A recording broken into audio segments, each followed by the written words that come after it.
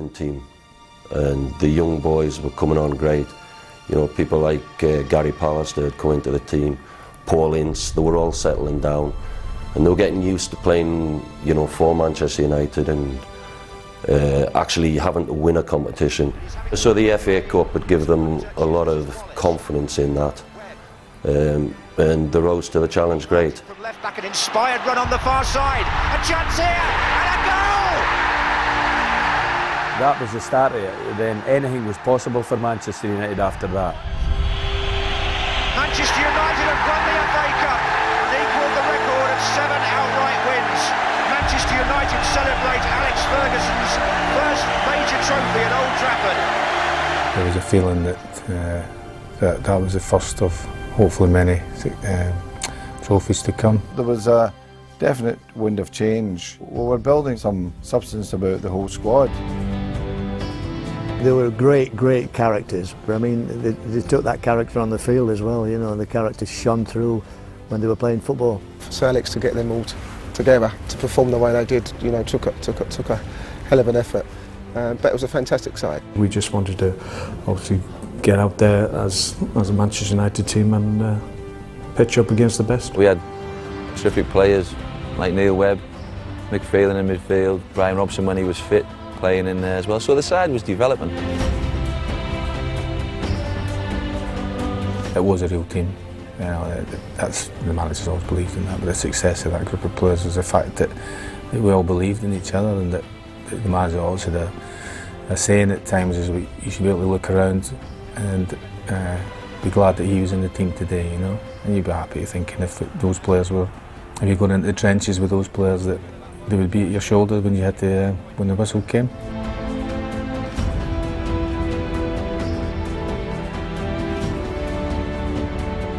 We were the first team back in after the ISIL disaster, so we felt, to a certain extent, I think, that we were flying the flag for British football again, and so we wanted to make a good fist of it and try and make an impression. After ISIL, and we're banned for 5 years, you know, I'd gone to the semi-final of the European Cup with Aberdeen the year before, and then the next season I'm not getting European football, you know. So it was strange for me because I'd been used to the European football, whereas England was this 5-year ban.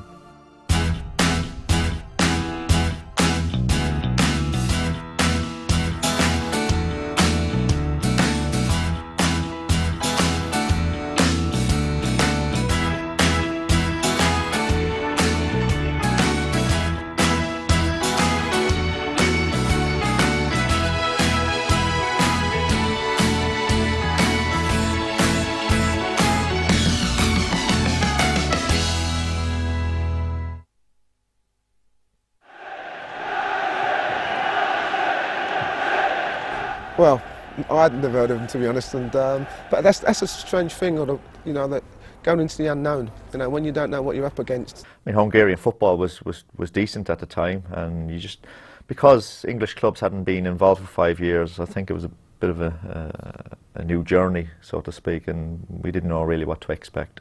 I suppose it was a bit daunting, really, to think about, you know, what we were letting ourselves into, but exciting as well at the same time. I'd played in Europe for Celtic, so I had some really good experiences, including a full house at Old Trafford with Celtic against Rapid Vienna, and European nights were always very special. So the fact that I'd been down here for a couple of years, you'd missed that.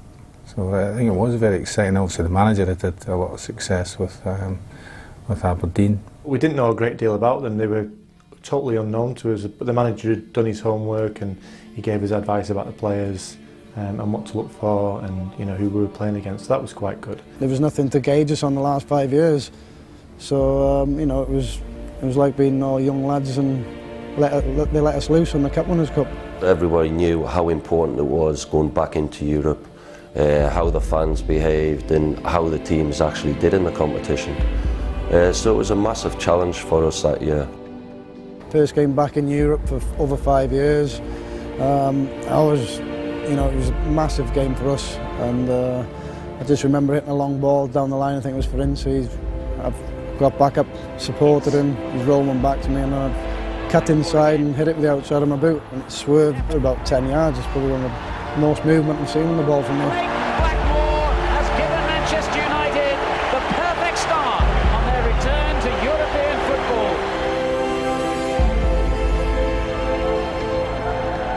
Alistair got up. Oh, so close to an own goal, and that really was a good save by Bodnar.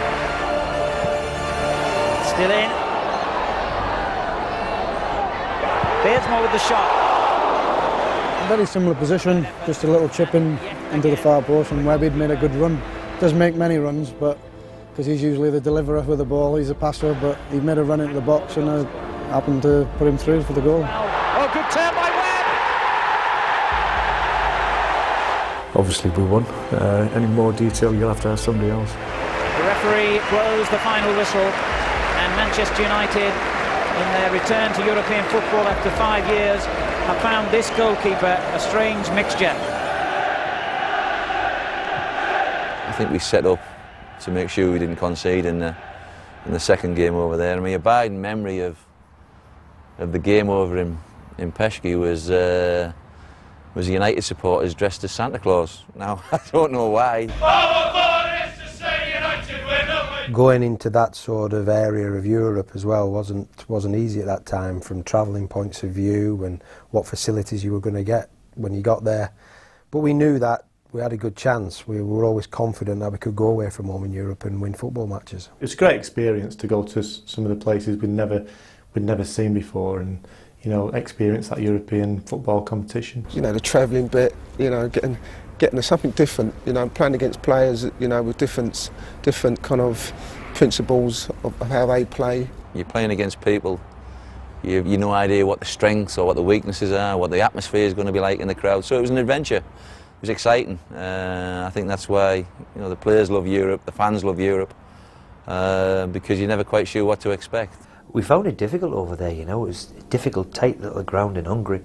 It was a red-hot day for a member. As it turned out, the pitch was small, it was bumpy, it was dry, and my main memory was we got a free kick about 15 minutes to go. I actually remember it getting the free kick, and we must have been about 35 yards out. And Pallister's a good striker of the ball, that anything for 35 yards out and that, we should be allowing Pallister to maybe have a pop at the goal. I remember Archie Knock shouting over from the bench, "Go on, Pally, have a go."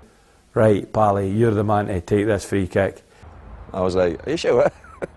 I think he'd been moaning to the manager for weeks, "Oh, can I take free kicks?" And I think he'd said, "Yeah, go on, we'll let you have a try, see how you get on." And it was probably the worst one I've ever seen up to this day, probably. He got and stubbed his toe, kicked the ground, and the ball rolled about 5 yards. It was a rather embarrassing piece of footage that I hope you haven't got. And the only time we ever took a free kick again was when we won the title. In the last game against Blackburn, we'd already won the title. We allowed him to take a free kick out of sympathy, and he scored. It was a tough tie, but not a real one where we were never in danger of going out. On the ball in now, and the header goes in from Brian McClare. Seeing as though we'd been out of Europe for such a long time, and then to actually come into the competition and play as well as what the boys did, it was a great effort from everybody.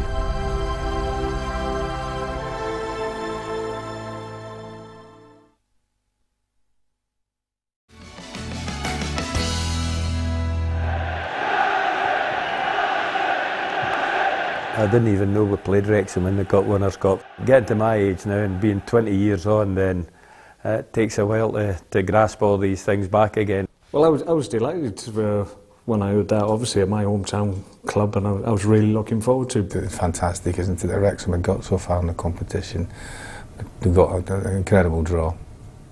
Both games were going to be sellouts, and it was a harder. It was much harder than the results suggest. Pallister waits for the corner. It's Steve Bruce though. It's Brian McClare. It's United in front.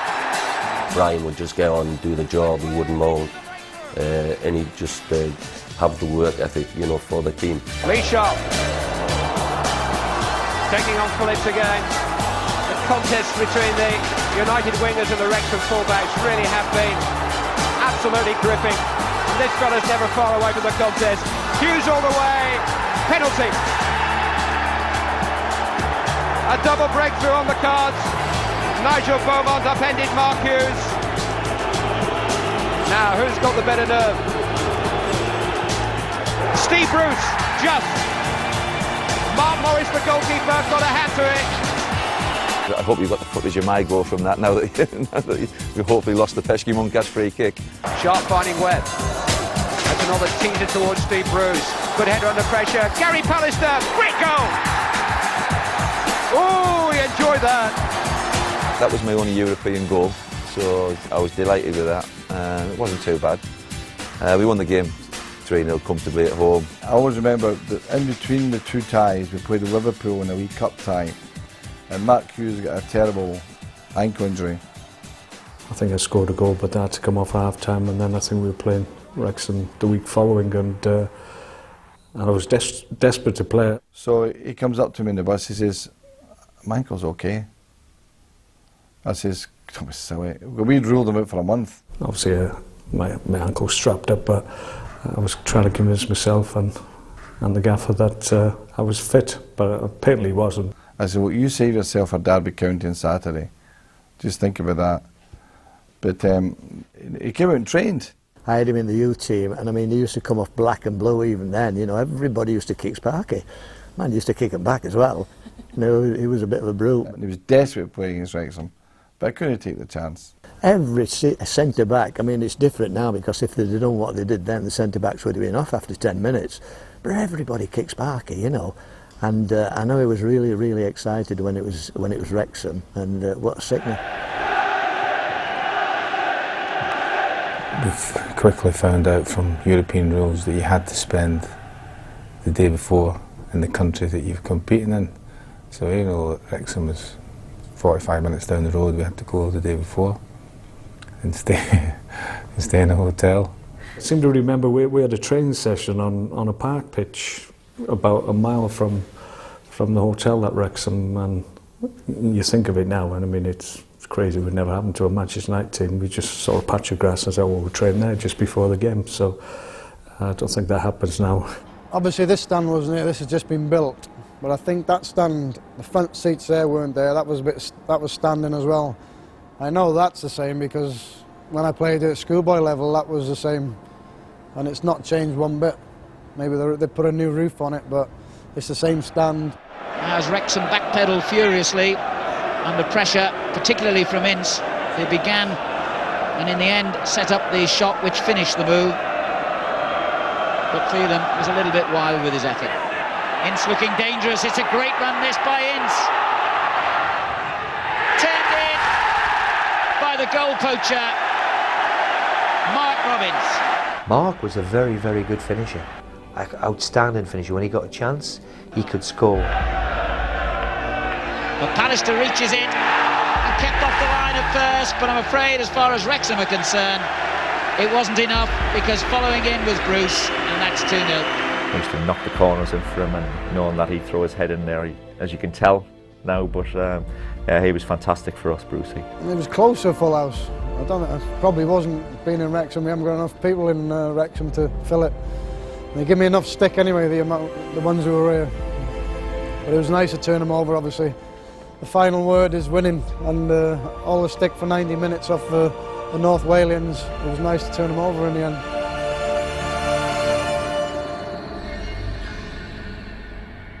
Valderrama, I think, played for Montpellier as well, so he stood out as well for other reasons, mainly his hairstyle. There's Valderrama, unmistakable. In the home leg, the team photograph up, you see, and the Montpellier's team photograph, and of course Valderrama's sticks out a mile, and Viv Anderson, Steve Bruce has got a programme, he's looking at the programme, and Viv Anderson leaned over his shoulder and says, "Which one's Valderrama?"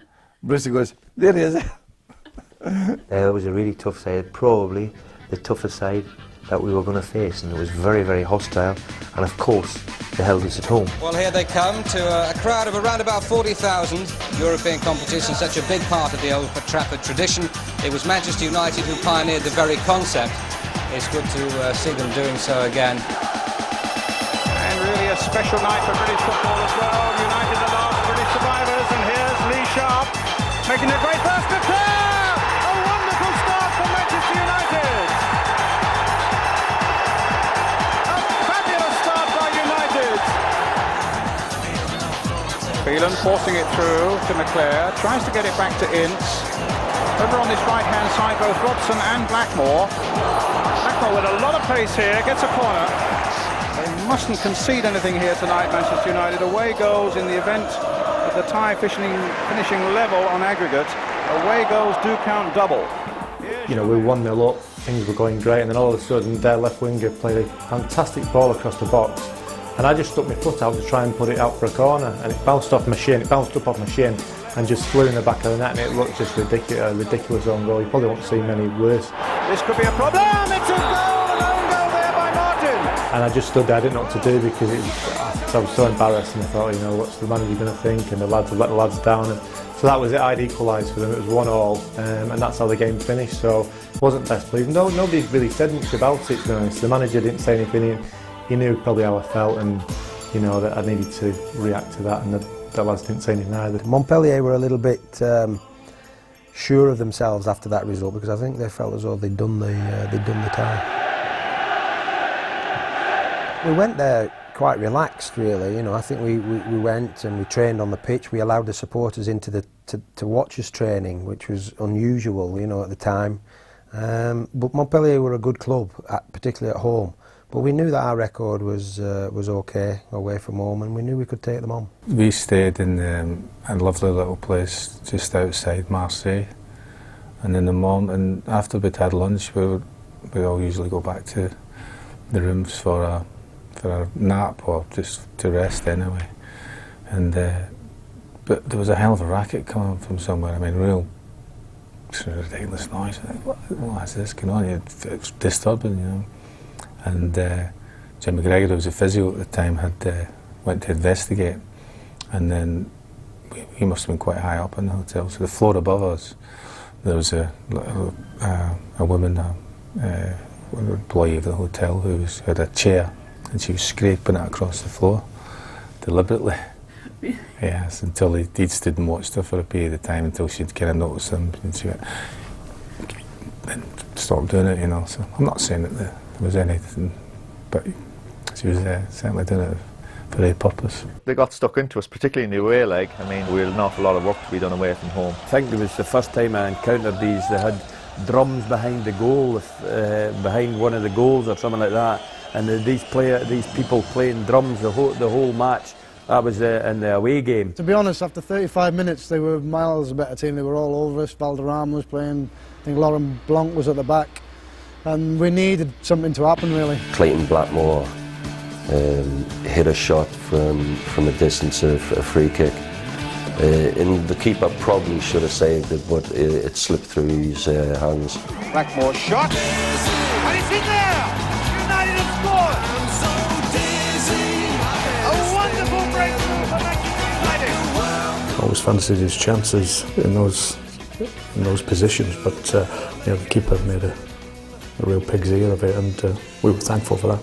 I think it did change the game, because they looked like they lost their heads a wee bit after that. Yeah, they were quite aggressive, and I quite enjoyed that. I mean, people remember how I played. I quite used to like going up against teams that tried to intimidate you physically, so we stood up to the challenge, and I think there was a little bit of controversy, I think. But there's a referee's whistle. Yes, and I'll tell you why. He's actually spat at Mark Hughes there. I saw it happen. And it's got to be a red card then. I think it will. It's got to be a red card. Thetis, who got a yellow card less than 2 minutes ago, gets a red card now. And so for the second time, Montpellier are reduced to 10 men. I remember going for a tackle, and the geezer, I mean, the ball was over there. And the geezer's come from there and just gone right down the side of my leg, down there, with his studs, and it just all opened up. And I remember I think Gary Lineker was doing the game that day, interview, and he said, "Oh, I can't believe Paul's just come off with a grass burn." Clearly in a lot of pain, Paul Ince. And he'd been having a good game through that midfield. He'd been nicking in, making some good interceptions. He has been working very hard, Brian. I think what he might have done there was skid along the pitch and took his skin off, the grass burn you were talking about earlier with Steve Bruce. And we got to the airport and he was going up the stairs. I went, "Oi, you, come here." Like that. He went, "What?" So I said, is that grass burn? He went, "Oh," you know what I mean? And it wound me up because, you know, I've never come off with a grass burn. That's ridiculous. Never, you know. And it was a bad tackle, to be fair. And but as I say, we won the game, so I wasn't too concerned. Not very often, if you get a cut or a gash in your leg, you have to come off. But it was that bad. It was like a big hole in his leg. So I went on at half time. And the one thing I remember about that is Michel Platini came in the dressing room at half time with Bobby Charlton. And he was one of my idols, Platini, and I thought it was just magical. And I was coming on to playing the game, and that just gave me a boost, I suppose. But that was fantastic. Obviously, Incy went off, and then I moved from left back into midfield. So I got to get a bit further forward and got brought down in the box for the penalty. Blackmore's getting in there as well. Now Phelan get it across. In comes Blackmore, brought down, a penalty! United now get a penalty! The referee runs away from the Montpellier protests, and United now have a perfect chance to give themselves a cushion of a second goal. There's the incident. I remember taking a penalty. I think it was a penalty I scored with, and thought, you know, one of them pressure ones where you're a penalty taker, you think you've got to score here, because there was nothing really in the game up until then. He ended up with 19 goals that season, Brucey. It was fantastic performance by him. I used to get these letters in for your fans. Why don't you play Brucey centre forward? It was brilliant. The last place I'd play him was there. You go and play him centre forward, you need a centre half. Steve Bruce.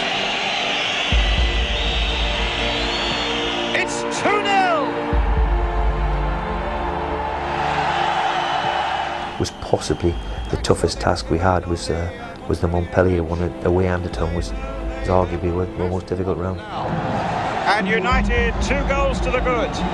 3-1 on aggregate. 2 away goals. I thought that was probably our best performance, other than the final itself. It was quite eventful, a lot of incident in it, but deserved to go through. That was, you know, a very good away performance from the lads, and it was, you know, a real part of the learning curve for us in Europe.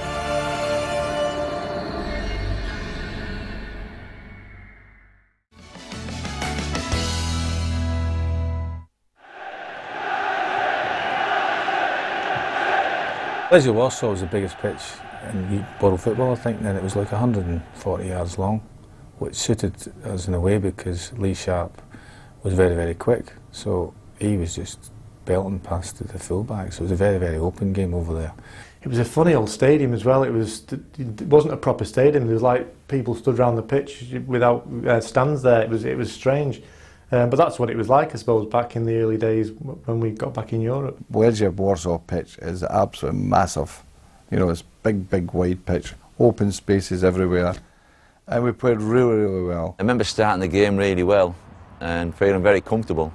And as the manager says, sometimes in Europe the roof can just fall in, and they scored. And we're 1-0 down, you're thinking, how's that happened? And a chance now, and a goal! For Legia Warsaw! Now let's see if Sharp can do something about redeeming the situation. Everybody in there, Webb's in there, McClare's in there! That's exactly what we needed. That is brilliant. A very underestimated player, Chalky. You know, he's a fantastic player. You know, for the club. Ran his socks off. Always popped up with important goals as well. Yeah, I mean, unbelievable that he scored in every round prior to the final. Raggers stayed down. Hughes, a little dummy by him. Oh, fabulous goal! Mark Hughes. Hughes on a rapid turn there. Gets the little cross in. It's not away yet by any means. McClare's in there. Bruce is in there. It's another one. It's Steve Bruce. Won it comfortably in the end, 3-1. And after that, all we had to do was really see it through at Old Trafford. 3-1 up, and you know, we didn't really go bombing forward. We just didn't want to give anything away, and I think that came out in the result. You know, 1-1. Maybe if it had gone for them, we might have won by a few more. Peter. One to Clayton Blackmore. The pinball machine at the moment in there. Robson right in there, sharp in there. The breakthrough at last. Lee Sharp. It was a nightmare for defenders. I think it was his crossing ability as well that really stood out. Once he hit the byline at great pace, he had the calmness to deliver great balls into the box as well. So again, when you're looking at people hitting the peak, I mean that was one of his peak years without a shadow at United. He was absolutely awesome that season. He was very direct, very forceful in his running. He had shades of Gareth Bale, you would say, because he was obviously burst on the scene and nobody had heard from him. I think he came from Torquay and turned up one day, and I think he actually tried to nutmeg me, which didn't go down too well. So he was put in his place. But yeah, when he burst into the side, he was really direct. Ryan Robson will lead his men to the Cup Winners' Cup final in Rotterdam next month for one of the great footballing occasions of the season. Well, he won the Cup Winners' Cup with Aberdeen back in 1983. Will he win it with Manchester United in 1991? We were 5th or 6th in the league at the time in that, so it was our chance for silverware, and what a great night it was. The only sort of interference to a certain degree was the shock of Archie Knox moving on to Rangers just before it. I was disappointed because Archie had been with me for a long time, from Aberdeen days and then to United, and he was part of the would you say, the resurrection of the club. The work he put in with me, with all the young players and the coaching at night time, and that it was a big loss to us that way. There's never a perfect time for that, and it was a disappointment for me as well, because you felt as if you were leaving Alec in the lurch a little bit, although he had plenty of staff round about him to cope with anything like that. But certainly it was a big disappointment for me to have to leave just in the week, I think, of the European final against Barcelona. We couldn't match Rangers' financial offer. That was the nuts and bolts. Manchester United couldn't match Rangers. It's ridiculous when you think about it. But at that time, Martin Edwards had his financial structures at the time for staff, and he wasn't prepared to change it, which was disappointing for me. The boss didn't want to bring anybody else who was different in, so he just brought Eric Harrison up from the youth team, and Eric came along with us and did a bit of the coaching. And I thought that was a great move from the gaffer, because Eric's a great bloke and a very good coach. That was brilliant, absolutely brilliant. I mean, I loved it really. I'd rather be down there than up in the stands. You can get a little bit more excited down there, and I'm a bit excitable really, and I loved every minute of it. The manager, with him winning the competition with Aberdeen years before, he was really keen to follow on from the FA Cup and win a competition again. If you've got a little bit of background knowledge, if you've got the experience of being there before, you can always pass down those thoughts to players that haven't been there. But we had a few players who were international footballers as well. We weren't inexperienced in that department, but it was just putting it all together. The manager had the difficult task of naming the right team, because I think we'd got beat in the previous final just before that against Sheffield Wednesday. I think that we did go as underdogs. I always remember Steve Archibald phoning me, and I said, "Were you on the spy?" Because he played for Barcelona, lives in Barcelona. We're chatting away, because I'd gone to the game with Steve 2 or 3 weeks before, and Stojkovic done his hamstring in the game. I was about the final, which was good news. That was a huge boost for us, I think, because he'd played such an important role in Barcelona actually getting to the final. He'd really come to the fore as a world player on a world stage. So when he was missing from that final lineup, I think it was a huge shot in the arm for the boys, because that's one potent threat that was missing from the Barcelona side. I knew I'd come to a massive club, and then you get this run of European football, and you think this is where you want to be, this is what you want more of. And to get to the final, and then you know who you're playing against, they don't come any better than that. It's good to win domestic competitions, but to actually go on and play against the best players in Europe and actually win a competition, that was another great challenge for everybody. I'd gone to see him a couple of times, and I was quite confident with you know, how they played. You know, and obviously when you play Barcelona final, you know it's not going to be an easy game. It wasn't an easy game, but you know I think we're a better team. Mr. Ferguson pulled a master stroke. It's not often in a team talk we're all scratching our heads where he man-marked their centre-half. And I gave Brian McClare the one job just to look after Koeman, stop Koeman playing, and he did it fantastically well. Pointed to me and said, if you do your job today, we'll win.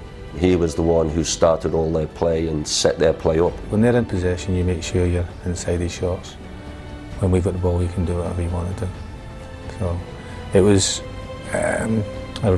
exciting and scary at the same time.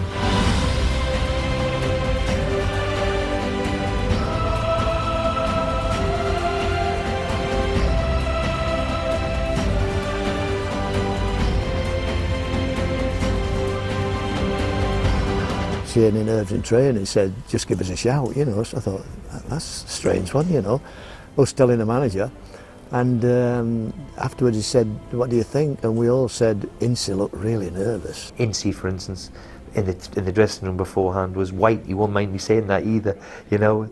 He was just all caught up in the whole thing. But we were a young team, and we were not really great experience at it. So to come through, it was terrific. A great night, fantastic night. It was like a dream come true. First year I played in the FA Cup final, and then, you know, second year I'm playing against, you know, Barcelona, Koeman and people like that, and I remember being really nervous for some reason. I was only 22, 23. I was sat on the bus coming at the stadium, and you know, I knew the nerves were getting hold of me, and I was a little bit more nervous than usual, and I was kind of trying to find a way to deal with it, and I just decided to shut everybody out, stop listening to what was going on in the bus, the banter that was going on there, just to sort of lock myself away from it all and gather my thoughts and just think about what lay ahead. And it had a great effect on me, I think. It's the only occasion I can ever remember it happening, but I think it did help me calm down a lot before the game. Otherwise I might have been a little bit like Ince was in the dressing room. But yeah, it's when people talk about the zone, I certainly think I found it that night. Bobby Charlton, I think he came in the dressing room that night, and you know, I think that was one of the first times I never heard him say, play the game, don't play the occasion. Manchester United-Barcelona final is as good as they come. We felt confident. We still felt as though we could, on a one-off game, beat anybody. Barcelona were a huge club, big players, but we had probably a little ingredient in that. Sparky had been sort of at Barcelona, left Barcelona, and we knew a little bit about them, but Sparky had a little point to prove, I think, as well, and he certainly did that in the final.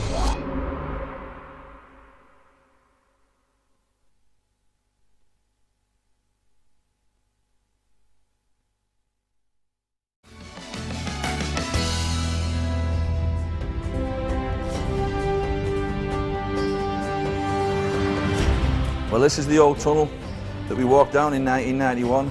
It's no longer in use. The tunnel's on the other side of the pitch. This is where we came walking down side by side with the famous Barcelona team, the favourites to win on the night, and the adrenaline was pumping. You could hear the crowd as we got to probably about this point, and I'm sure there's a lot of nerves in there, certainly in our team and in that Barcelona side. And just listen to the noise as Manchester United and Barcelona take to the field.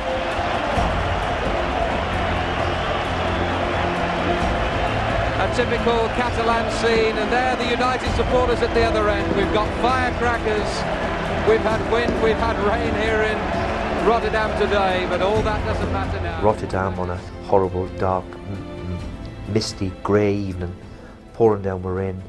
Everywhere we looked in Rotterdam was Man U fans. United really have been splendid ambassadors in... I think it was that intense. You didn't want to let your teammates down, or the club and everything else. You got to do your job right.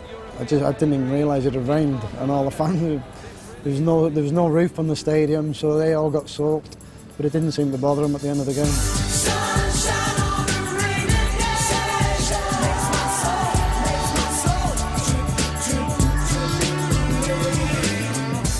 Alex, magnificent, isn't it? marvellous. What support, eh? What an atmosphere! Fantastic.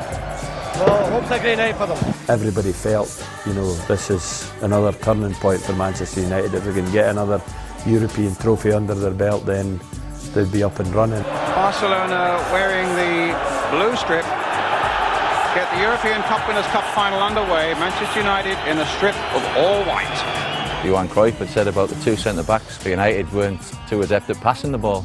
I think it was about 15-20 minutes into the game and Brian McClair made a great run and I slid the ball through when he went one-on-one with the keeper. Unfortunately, he blazed it over the bar, but I felt like turning to Johan Cruyff and saying, see, we aren't too bad. That was a glorious opportunity, and Brian McClair, who scored in every round. What a good pass by Pallister. Shaw, Robson. Black stays down, and Hughes on his way. Nando's after him. Hughes now onto that right foot. When we watched them, the problem was the way that Laudrup played for them, because they played the two wide players they always do, but without Stojkovic, they played Laudrup right up, whereas they've been playing on wide left prior to that. And I says, well, he's not going to play right through, he's going to drop in all the time. I says to Bruce and Pallister, don't go forward, don't lose the spaces. Missed kick there. Can Sharp take advantage of it? Can McClair take advantage of it? They're all over the place. Will it fall for Lee Sharp? It's just gone wide.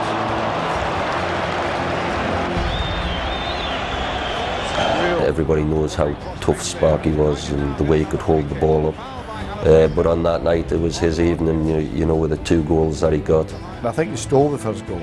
I must say that. I think he stole it from Steve Bruce. Steve Bruce never forgiven him for his day. Because it was good in, I think. His header was good in. Brucey still tries to claim one from the final. Well, it's my goal. I understood that, and I think Brian was one to pick me out, but it was one of them horrible headers where I headed it, and it hit my shoulder, and it took it over the goalkeeper. But I'm just going to say to you, if you look at the footage, look and come and see who celebrates with me. I think it's practically the whole team apart from Husey. I was a striker and I was there to score goals, and I was conscious, obviously, when Brucey obviously headed the ball goalwards. I'm thinking that there's bound to be a defender who's going to run back as I'm running forward to try and clear off the line. So my intention was just make sure he went over the line. I wasn't trying to nick his goal or whatever, but he probably feels a little bit aggrieved. It was one of the most disappointing things as well when I look back and when you score in a European Cup final, you think, yeah, that's what dreams are made of. You've just scored in the European Cup final. Then through the mist and the haze, I looked up and said, Hughes, 62 minutes. Hughes? I just jogged back to the halfway line and then looked up at the screen and there was my name. I didn't even know you'd tapped it in. I just knew by the reaction of that was going in anyway, whether who tapped it in or what went on, but we'll have that debate forevermore. Okay, you can all jump on Brucey and give him a hug, but I've scored the goal. I can remember Sparky's second when he takes the ball out wider, and then as only he would, instead of side footing it in the goal, he thunders it into the goal for a great finish. Everybody, I think, knew once that second goal went in that there'd be no comeback for them. There's a chance for another one here. Maybe not now. Yes, there is! A fantastic goal by Hughes. Spreads his arms wide and probably makes the game safe for United. 2-0 for Manchester United. I chipped it over for Sparky to go through, but then he had to go wide. And he hit a fantastic shot, to put us 2-0 up. I think everybody in the dugout was shouting, "What are you doing, Matt? What are you doing?" It sounded it lasted for an eternity. It was only seconds, but it seemed minutes, because he was out wide and we kept saying, "Square it, square it, square it." And it went whoosh. It flew in the back of the net and everybody said, "Great goal, Mark."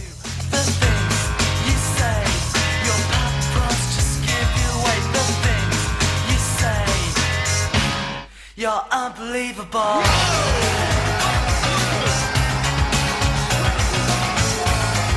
From my point of view, I just felt it was an open goal and it was an empty net. So, I could have taken a couple more touches and made sure with a side foot, but thankfully I didn't because I was unaware that there was 2 defenders really sprinting back to try and get back to clear it. So it was a good job that I just thought I put my foot through this and make sure that it's back in the net. And And it was a good job I did, because I think they would have cleared it if I'd have tried just to roll it in. So yeah, great moments. I mean, obviously my time in Barcelona wasn't as successful as I hoped it would have been, but I had great memories of being a player there. But it was sweet, obviously, when you go up against a team you've been part of, then you want to show that actually you're a better player than you were able to show when you were there, and that certainly was the case for me. Barcelona had more or less discarded him, you know, that sent him out on loan to Bayern Munich. That's we signed him from Bayern Munich, I think, if memory serves me right. But because I travelled out to Munich to talk to him, you know, about coming back to United. And it was a great moment for him. You know, I think it justified his, you know, his disappointing time at Barcelona and laid that course to rest for him. Make it. It's Laudrup again. Oh, that's a lovely bit of play on the ground by Laudrup. And the challenge by Robson. 2-0 up, you think, you know, you've got it, it's done, and then with the free kick that happened, you know, you always feel as though a man of his capability, he's done it many times before, you just fingers crossed, you hope that he doesn't hit the target or hits it wide over the top. But watch Koeman. He has got a most explosive free kick. He's renowned for it throughout European football. Here's Koeman with a free kick. And it's in there! But he put it right in the corner, and Les struggled to get down to it, and I think he got a hand to it, and it went in. And then you start to think, right, what do we do here now? Do we hold on to what we've got, or do we keep attacking? I was a point of shooting Wes Seeley at that moment, you know, because he'd got a knee injury against Sheffield Wednesday in the final of the League Cup. And it was a pretty bad gash, of course, but the minute he wants to go, he started limping and started putting his hand up, must he say, I'm finished. And then Björk was screaming, you bloody, you quit, I'll tell you, I'll kill you. You know, and so it was a panic at the last 10 minutes. Of course, Clayton Blackmore kicked one off the line in the last few minutes of the match. You know, if it had gone to extra time, I don't think Les would have been playing in extra time. Once they scored with the Ronnie Koeman free kick, the momentum changed. They were obviously chasing the game. We were trying to hang on, and I think it was in the last minute of the game that Brucey made a pass back to Les that didn't get there. And I remember giving a bad pack pass and it getting cut out and put the Laudrup, and Laudrup shot, and I think Blackmore got it off the line. Thank the Lord, otherwise they wouldn't have been allowed Manchester again. Cornelius getting in there. There could be problems here. Celia's lost it again. And Laudrup kicked off the line by Blackmore. Instincts were you've got to, you know, defending, and I've just got in behind Les because Les had come off his line, and luckily I was in the right spot to clear off the line. It was unbelievable. My legs were shaking. I couldn't stop my legs shaking, you know. It took about 10 minutes. It seemed to be about 10 hours. But it was all worthwhile because it was a fantastic win, and everybody went absolutely berserk at the final whistle. We just kept going and threw our bodies at things, and in the end we came out on top, and they were a good side as well, with likes of Koeman and Laudrup playing in their side, and we had to be on our mettle, but in the end the team that was better on the night, which was us, I think, overall, deserved to win.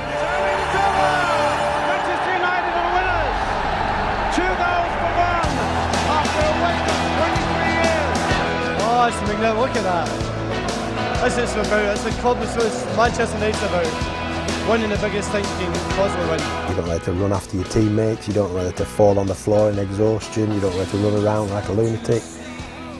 So we all just really ended up in a pile of people just jumping, you know, with each other and just celebrating. It's a high emotional thing. It's difficult to describe. Everything happens all at once. All the hard work you've put in throughout the year because it's your last game, it just tops it all off. Yeah, it's ecstasy, you know, you're playing against one of the best teams and best club teams in the world, and you know, we've turned them over, you know, first time back in Europe, you know, it's what dreams are made of.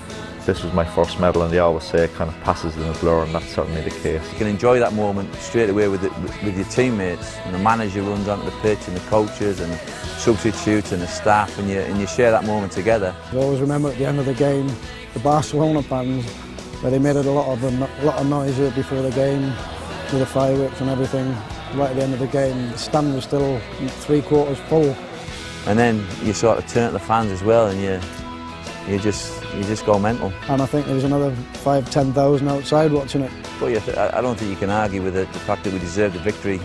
I think Brucey might have even jumped on my back, I think, in that game, and we sort of, I wouldn't be able to carry him now, but certainly at the time I sort of carried him from a bit over to the fans, and we just, all the emotion came out, from the supporters, from the players, and that's why you play football, to get them kind of feelings, whether it be a cup final, winning a league title, or a cup winners' cup.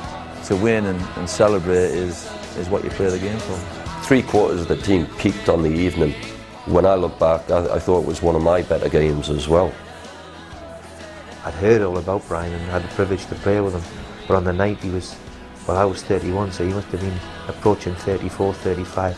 I thought he'd give one of his best performances in a Man U shirt. I did an interview on the side of the pitch as I was going round, and I wasn't making any sense. I was just telling everybody how brilliant it was, and I think that was the only word I could use at the time. Gary, congratulations! Brilliant, absolutely brilliant. That's brilliant as well. I think it's just brilliant.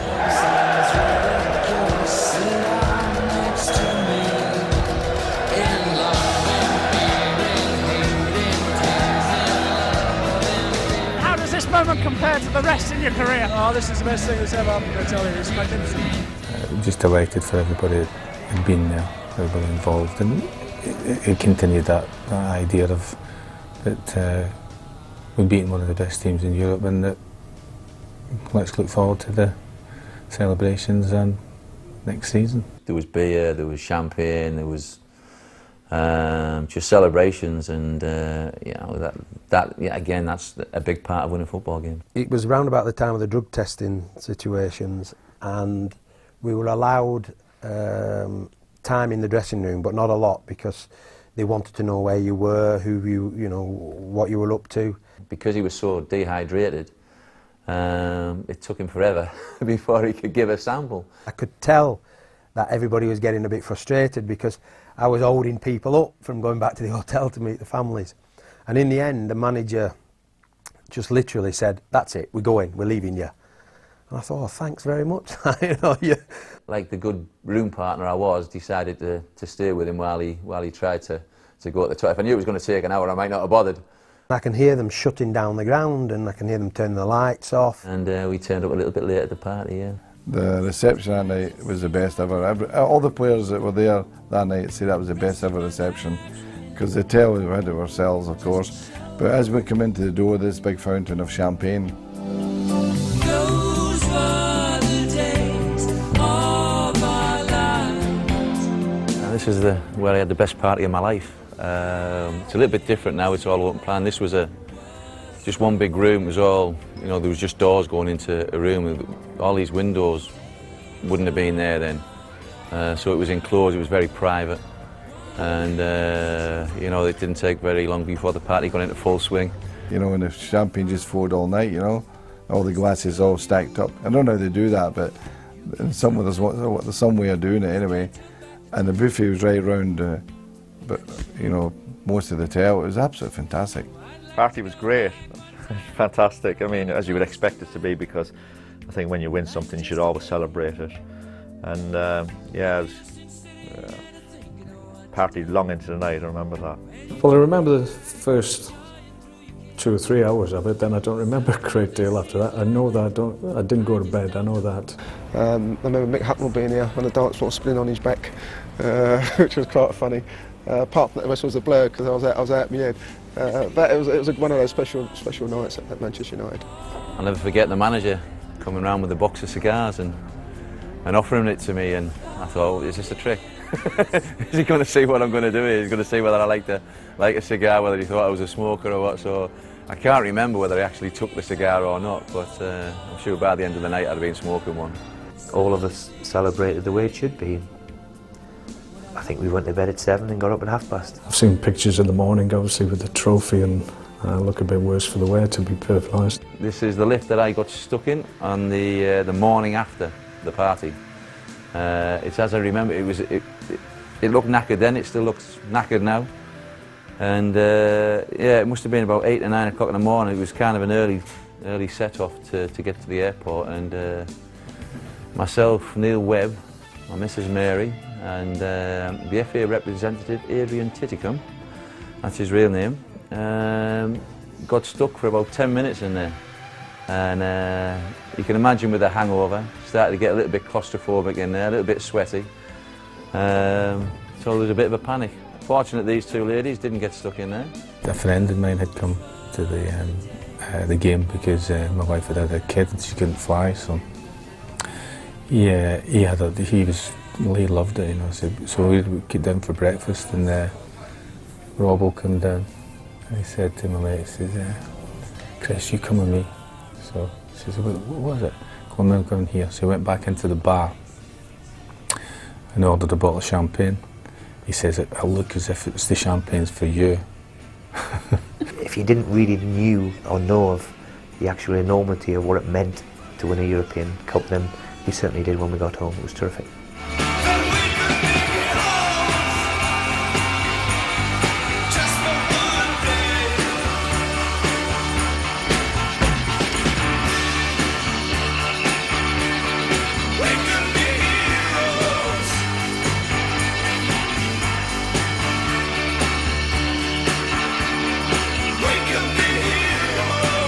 What do you think of the fans, Manchester United? Well, I mean, they're second to none, really. I mean, they went over there yesterday and it was a bad evening, and they've all got soaking wet, but it didn't care monkeys to them. They all sang their hearts out, and when a set of supporters can outnumber the likes of Barcelona by 70 to 30, by the way it looked as we were looking, is something to shout about. The open-top bus around the city, yeah, you know, that was great, and it was a fantastic turnout from the fans again. But it was a long day. You know, you got so many people out and cheering you on. I think I even saw a few City fans in there. We got on the bus at the airport, and then went round by Eccles. It was on a momentous occasion, but for some reason we decided to go through all the districts of Manchester. So on our way through Eccles and coming right down through Salford and into town and right out to Old Trafford. And, it took about 6 hours or something like that. But absolutely freezing. It's a cold day, but I just think it shows the affection of Manchester United and what the supporters think of us.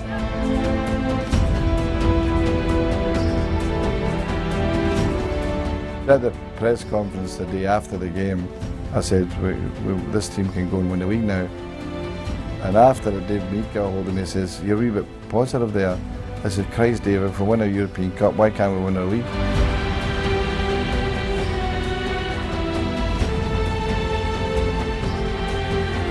The boss has always been a winner, and you know, he just, from season to season, he's got to win. So as soon as you finish and you've won that tournament, he's talking about the next season and going on to achieve things again. That was probably the catalyst for what we did, even more than the cup final. You know, because a European one, you look at the history of the Busby Bid and all that business, and then you think, we're on that ladder now. I do believe, like, winning the FA Cup in 90 and 91, the European competition, I think that gave everybody the belief that we're good enough to go on and beat anybody.